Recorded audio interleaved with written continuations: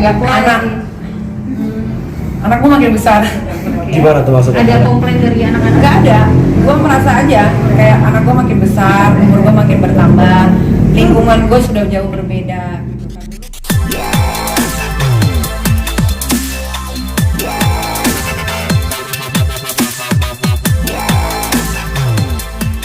Jadi artis nih, gue baru merasakan punya fans yang begitu fanatik sama gue. Gue bilangnya sekarang haters bukan inilah, bukan musuh, tapi fans gue yang begitu fanatik.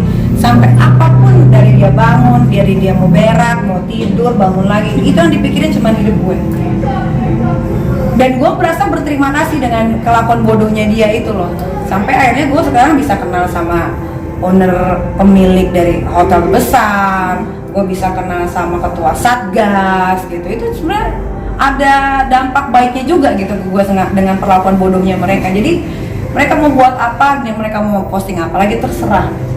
Nikita Mirzani akan tetap jadi Nikita Mirzani yang tidak mungkin tidak ada di TV gitu. Jadi kalau ya mungkin mereka stres kan, gue juga kasihan ya, maksudnya gue juga menyadari sih dia nggak punya kerjaan, mungkin finansialnya dia juga berkurang gitu. Akhirnya dia membenci gue, mungkin dengan membenci gue kalian bisa ngejar-ngejar dia untuk minta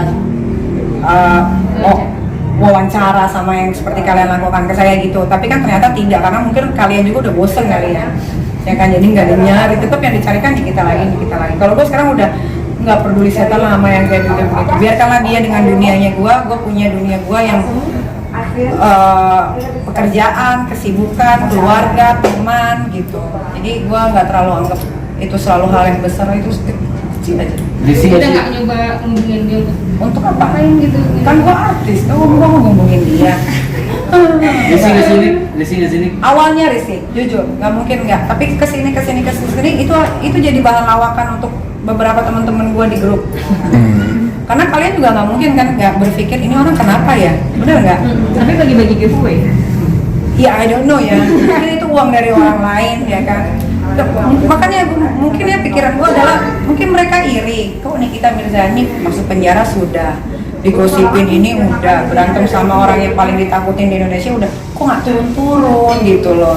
Mungkin mereka mikir kayak gimana caranya gitu ya udah, makanya mereka gila sendiri. Tapi itu nggak apa-apa sih, nggak jadi satu masalah buat gue. Tapi itu jadi cara terbaik untuk menanggapi haters nggak sih? Maksudnya lu nggak marah tapi lu ketawa gitu, cara paling asik aja untuk... Itu cara paling asik sekarang, karena ternyata kita harus berdamai dengan diri kita sendiri, baru kita bisa let it go sama hal-hal yang receh kayak begitu. Nih, kita kan media cukup sering ya berinteraksi sama Nikita, dan kita melihat perubahan Nikita yang tadinya segitu barbarnya sekarang bisa mengontrol emosi.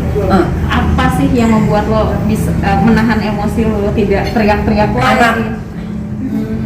Anak gue makin besar. Gimana tuh maksudnya? Ada komplain dari anak-anak? Nggak ada, gue merasa aja kayak anak gue makin besar, umur gue makin bertambah, lingkungan gue sudah jauh berbeda gitu kan. Dulu mungkin gue main sama yang anak kecil atau seumuran, sekarang gue mainnya sama orang yang punya pekerjaan, punya wawasan luas. Kalau gue kayak gitu, gue yang akan malu untuk nanti mendekatkan diri ke mereka gitu.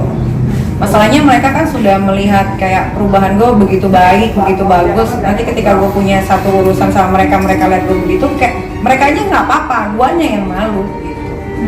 Nah, untuk anak pertama kan udah hampir gadis ya, 13 tahun ya? Iya. 13 tahun. Nah, gimana sih untuk kamu sendiri sekarang, apa udah jadi teman seperti itu? Loli udah kayak as a friend aja gitu, karena ternyata gue bersyukur banget gue bisa nikah muda, punya anak langsung gitu kan. Ternyata temen gue, anak gue itu bisa jadi temen di rumah gitu. Ketika kita beda pendapat atau misalkan miminya ada kesalahan di luar, dia coba untuk komplain dan gue bisa menerima, ya itu jadi enak banget. Dan kebetulan anak-anak gue anak-anak yang bukan judging sih, bukan menjudging orang, underestimate. Makanya itulah penting lingkungan sebetulnya. Lingkungan itu yang bisa merusak. Jadi gini, walaupun misalkan di rumah kita merawat anak kita dengan baik, tapi ternyata lingkungan tidak memadai gitu kan, itu juga bisa rusak anak-anak. Jadi untungnya gue adalah lingkungan gue baik, di rumah gue baik, jadi anak gue baik gitu. Tapi termasuk yang ini apa namanya, komplain-komplain nggak? Oh udah, Loli itu ngeliat miminya di rumah, bukan miminya di luar. Dia sudah bisa membedakan itu? Oh iya dong, udah banget. Makanya Loli kan pesantren ya waktu itu, pakai kerudungan. Tapi dia ke Bali dia pakai bikini. dia kan tahu dia cara penempatan dirinya bagaimana. Jadi gue sebagai orang tua alhamdulillahnya punya anak-anak yang cukup mengerti gitu. Berarti bisa dibilang anak-anakku sendiri ibaratnya kayak ngikutin ibunya, bisa menempatkan diri, Pak. Oh iya dong, masa ya gue mau pengajian tiba-tiba gue pakai baju yang tetenya segini kan nggak mungkin ya kan? Iya. Jadi gimana kitanya lah sebenarnya